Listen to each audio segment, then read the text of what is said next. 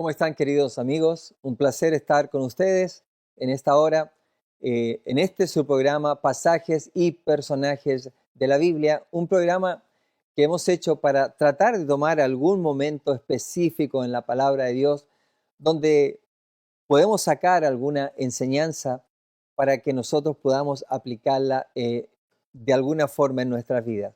Queremos mandarle un cariñoso saludo a todos ustedes que nos siguen a través de las pantallas acá de la televisión abierta en Los Ángeles, California, aquellos que nos siguen a través del satélite, a los dos cables, canales de cable y también aquellos por internet. A todos ustedes, nuestro deseo de que ustedes se encuentren muy bien. Soy el pastor Washington Villarroel, pastor de la iglesia de Fullerton, y estoy aquí para pasar estos siguientes 25 minutos con ustedes en este programa que hemos denominado Pasajes y Personajes de la Biblia, hoy día con un tema que se llama Ana y su petición. Pero antes de entrar a este tema, quiero invitar al Espíritu Santo a que dirija, así que vamos a pedirle a todos ustedes que me ayuden a orar para pedir la unción del Espíritu Santo. Oremos. Padre Celestial, te damos gracias por la oportunidad que nos brindas de seguir estudiando tu palabra en medio de un mundo que perece en la oscuridad y las tinieblas. Nosotros tenemos la oportunidad de aprender y de saber qué es lo que tú esperas de nosotros y cómo nos quieres comunicar a través de esta palabra esos cambios que tú también deseas que tengamos en lo más profundo del corazón.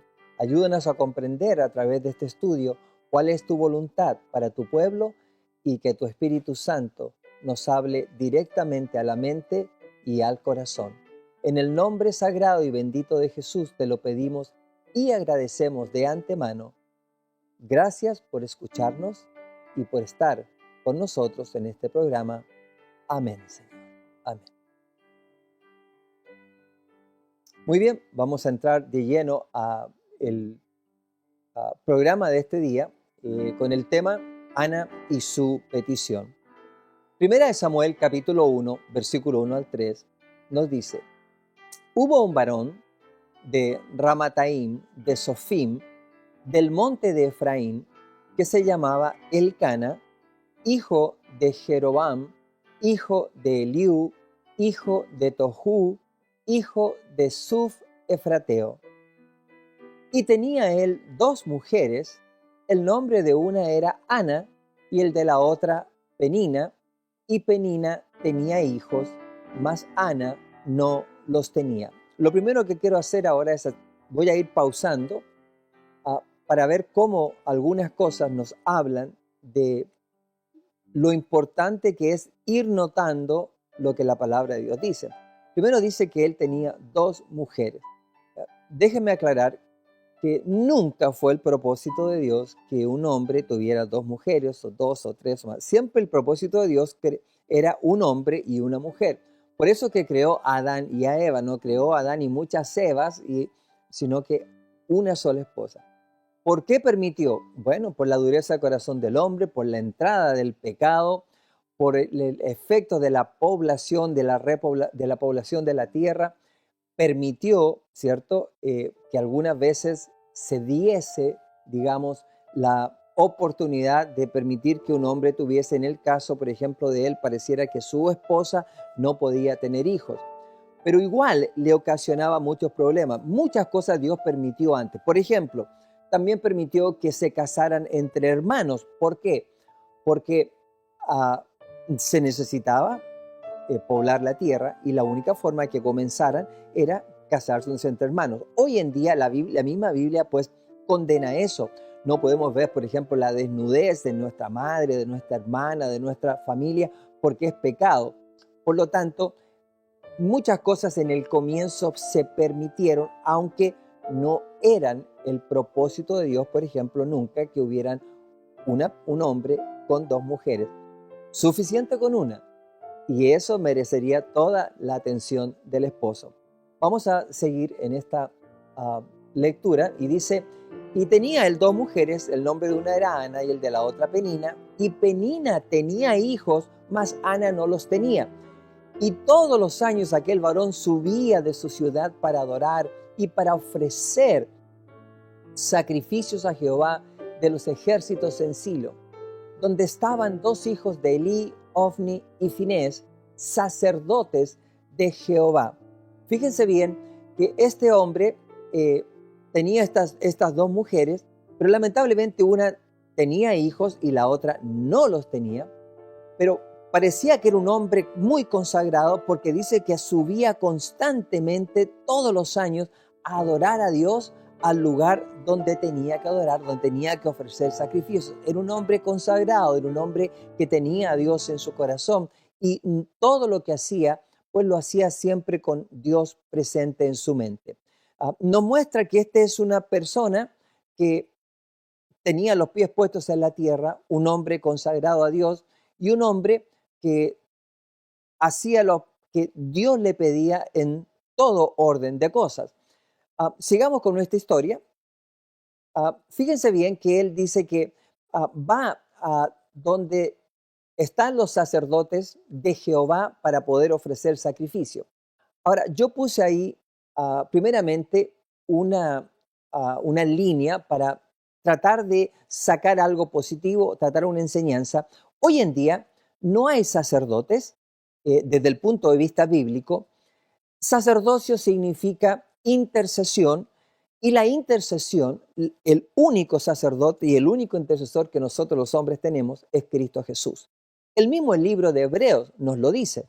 Hebreos capítulo 8, versículo 1 al 2 dice así: ahora bien, el punto principal de lo que venimos diciendo es que tenemos tal sumo sacerdote, el cual se sentó a la diestra del trono de la majestad en los cielos, ministro del santuario y de aquel verdadero tabernáculo que levantó el Señor y no el hombre. ¿Quién es nuestro único sumo sacerdote o sumo pontífice?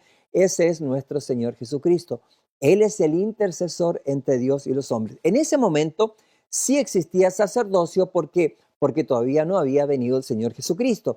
Y los sacerdotes representaban o debían representar a Cristo de la mejor manera. Por eso se les llamaba a ellos sacerdotes. Tan pronto Cristo vino y murió y subió al cielo donde está ahora en el lugar santísimo intercediendo ante el Padre por nosotros, entonces el sacerdocio ya no existe más en este mundo. El sacerdocio lo hace directamente nuestro Señor Jesucristo. Por eso es que nosotros podemos confesar nuestros pecados a través de la oración al Padre Celestial en nombre de Jesús, y usted y yo recibimos perdón, porque Él es nuestro intercesor. Y eso es algo que vale la pena aclarar. Sigamos con nuestra historia rápidamente. Primera de Samuel 1, 4 al 6 dice así: y cuando llegaba el día en que Elcana ofrecía sacrificio, daba a Penina su mujer, a todos sus hijos y a todas sus hijas, a cada uno su parte. Pero a Ana daba una parte escogida porque amaba a Ana, aunque Jehová no le había concedido tener hijos. Y su rival la irritaba, dice, enojándola y entristeciéndola porque Jehová no le había concedido tener hijos. Aquí ven las consecuencias de estar casada con dos mujeres. Son problemas. ¿Quién en la Biblia que estuvo casado con dos mujeres no tenía problemas? Pregúntele a todos los que lo hicieron. ¿Qué pasaba con Abraham, que se metió con Agar para poder darle descendencia? Después tuvo tremendos problemas, exactamente lo mismo. Por eso que les digo, Dios nunca aprobó esto, lo permitió para efectos de la población, pero vemos cómo le causaba a Elcana el que ellas dos, que querían ganarse el corazón de él, pues una le daba los hijos, pero a la otra era quien amaba, y entonces los problemas los tenía constantemente. Sigamos con nuestra historia y volvamos. Entonces dice, 1 Samuel 1, 4 al 6, que su rival la irritaba, enojándola y entristeciéndola porque Jehová no le había concedido poder tener hijos. Dice, y así hacía cada año cuando subía a la casa de Jehová, la irritaba. Así, por lo cual Ana lloraba y no comía, o sea, caía en un estado de depresión. Dice, y Elcana, su marido, le decía: Ana, ¿por qué lloras? ¿Por qué no comes? ¿Y por qué está afligido tu corazón? ¿No te soy yo mejor que 10 hijos. O sea, ¿qué estaba tratando de hacer el Cana? Le estaba tratando de decir, mira, es cierto, eh, estás triste porque no puedes tener hijos. Para la cultura de ellos, que una mujer no pudiera tener hijos era una cosa tremenda porque pensaban que la maldición de Dios estaba con esa mujer que no podía tener hijos. Y les afectaba muchísimo. Y ella lloraba y lloraba porque amaba a su esposo y él tenía hijos con la otra mujer. Y eso le causaba mucho dolor. Pero el Cana, que era su esposo, le dijo, ¿acaso no te es mejor yo? Porque sabía ella que lo amaba, le daba lo mejor, la trataba en forma especial. Era la mujer que él amaba. Pero lo que ella más quería era poder darle descendencia a, a su esposo. Entonces, la historia comienza a desarrollarse de esa forma. Y el versículo 9 nos dice de que justamente después de que lloraba, había caído en mucha depresión por causa de esto, dice el versículo 9, y se levantó Ana después que hubo comido y bebido en Silo, en el lugar donde iban a adorar, y mientras el sacerdote Elí estaba sentado en una silla junto a un pilar del templo de Jehová, y seguimos con la historia, ella con amargura de alma oró a Jehová y lloró abundantemente. E hizo voto diciendo, Jehová de los ejércitos, si te dignares mirar la aflicción de tu sierva y te acordares de mí y no te olvidares de tu sierva, sino que dieres a tu sierva un hijo varón, yo lo dedicaré a Jehová todos los días de su vida y no pasará navaja sobre su cabeza.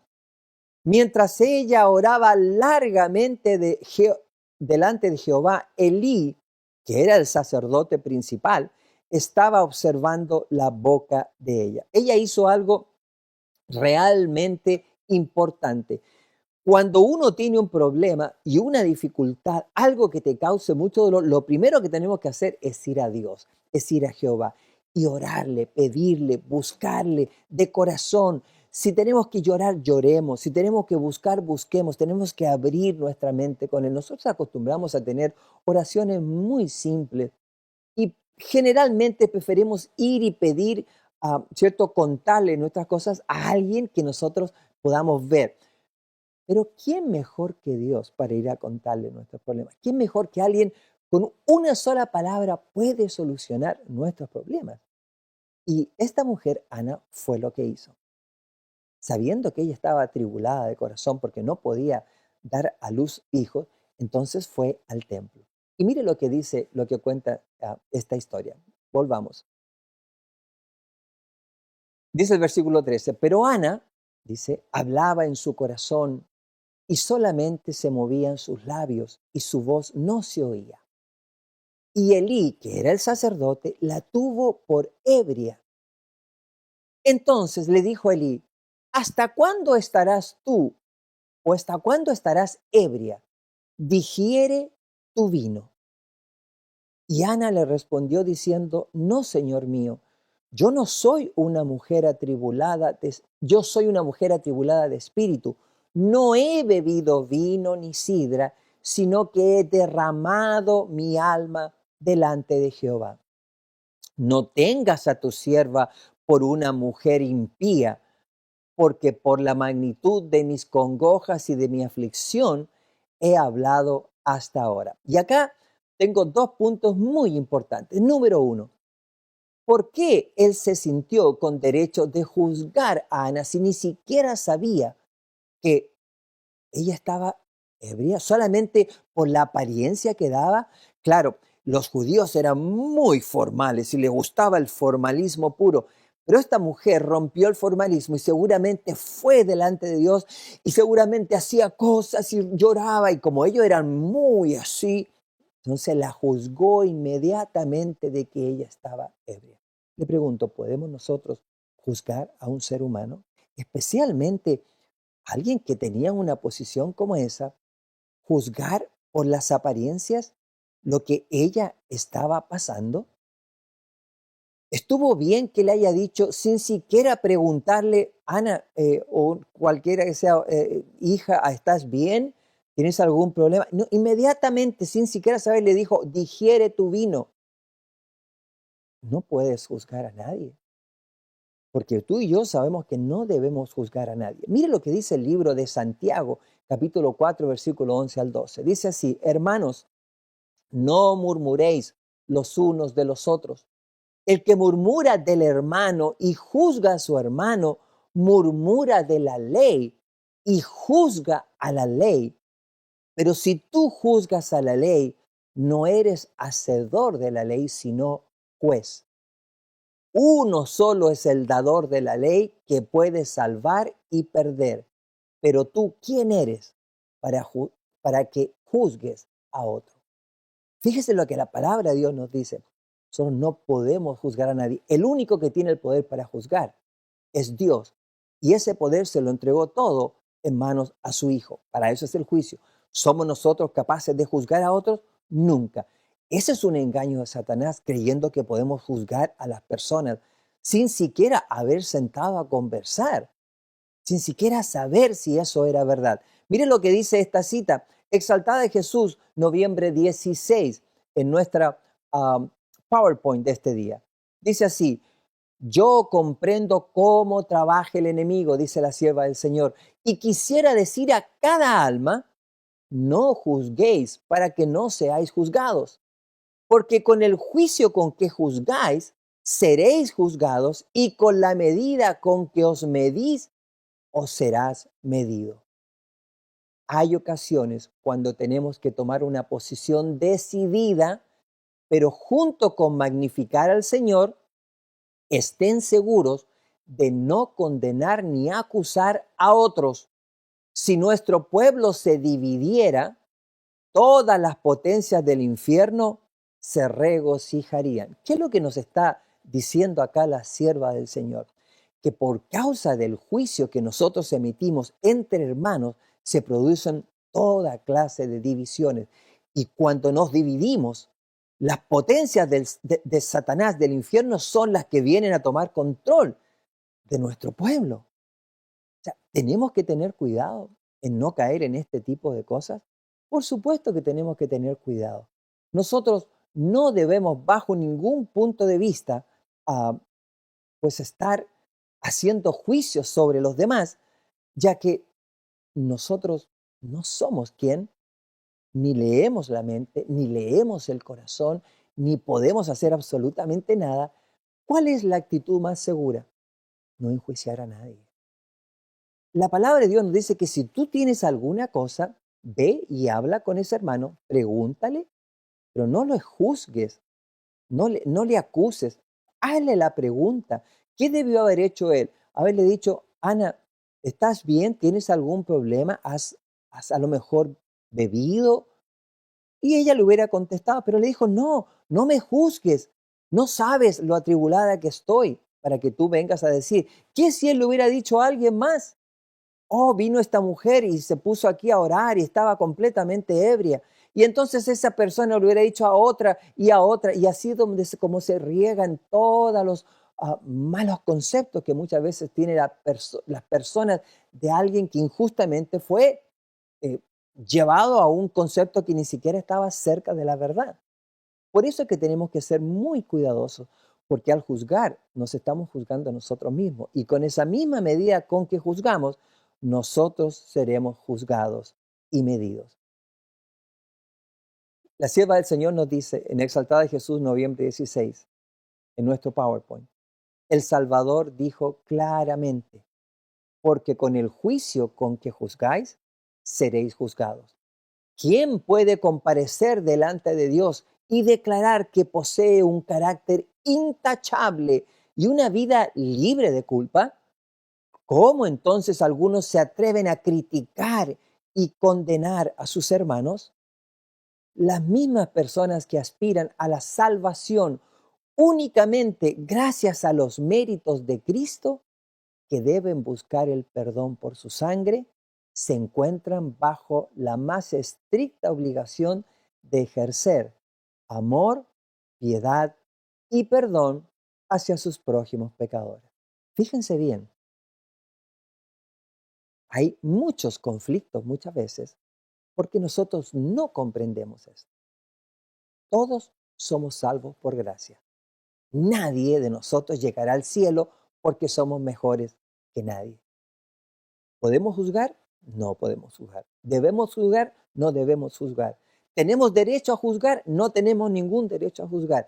Pero lamentablemente, constantemente lo estamos haciendo. Y al hacerlo, nos estamos perjudicando primeramente a la persona que juzgamos, segundamente a nosotros por meternos en un lugar donde no nos corresponde. Por lo tanto, no tomemos ligeramente este ejemplo que yo les presento delante de ustedes. Vamos a nuestra siguiente cita. Dice así: mientras condenan a otros, el Señor los condena a ustedes. Fíjense bien, lo interesante y lo difícil que es todo esto. Dice que el Señor impresione los corazones de los miembros de la iglesia hasta que en su vida y carácter revelen su gracia transformadora. Entonces, cuando se reúnan, lo harán para conversar acerca de Jesús y de su amor. Qué importante que es esto, queridos amigos. Muchos podemos entrar en esta categoría de juzgar a los demás porque nos creemos con cierto derecho. Usted y yo no tenemos ningún derecho, ni de juzgar a nadie. Y muchas veces creemos que en el nombre de Dios y en el nombre de Jesús podemos aplicar ciertos juicios sobre los demás. Nadie puede aplicar juicio. Nadie. Debemos actuar con amor, tal como Jesús lo haría.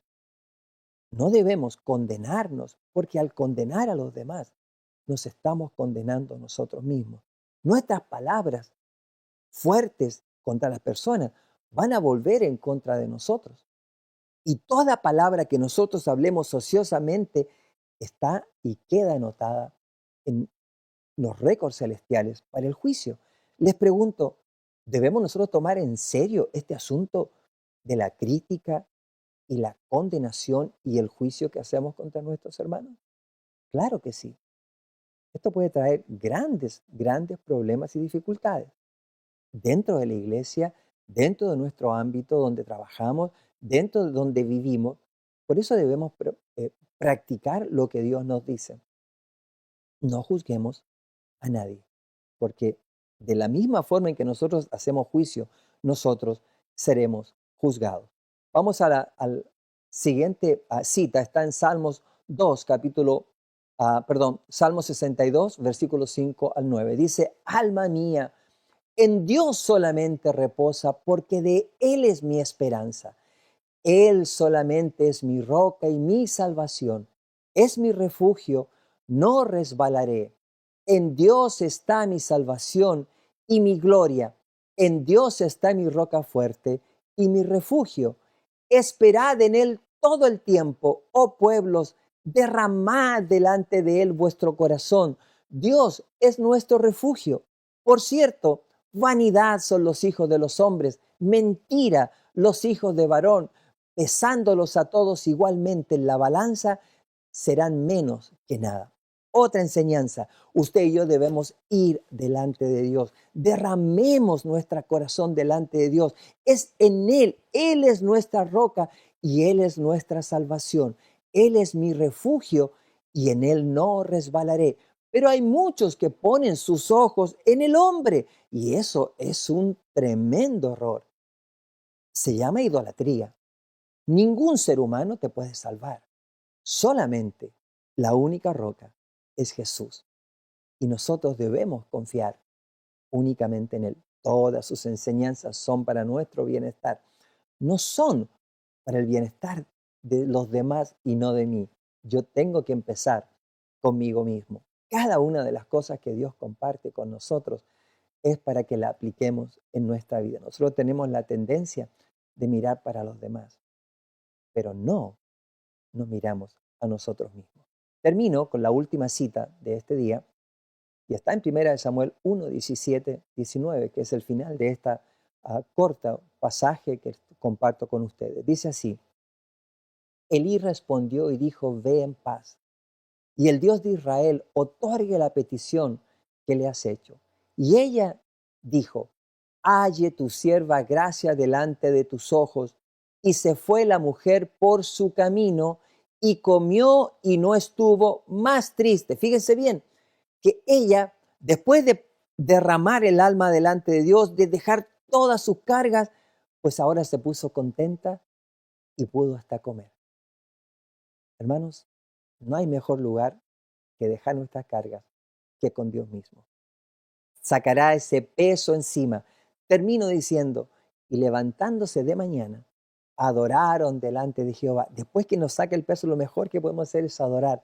Y volvieron y fueron a su casa en Ramá.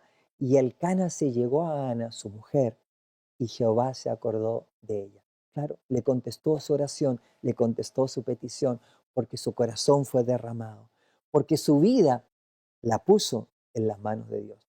¿Qué cosas tienes en tu vida en este momento que tienes que poner delante de Él? Derrama tu alma delante de Jehová. Acuérdate que tenemos un intercesor, que es Jesús. Solo por medio de Jesús podemos llegar al Padre. Y es el único que puede contestar nuestras peticiones, nuestras oraciones y abrir las puertas de los atrios celestiales para nosotros. Que Dios te bendiga y te ayude hoy y siempre.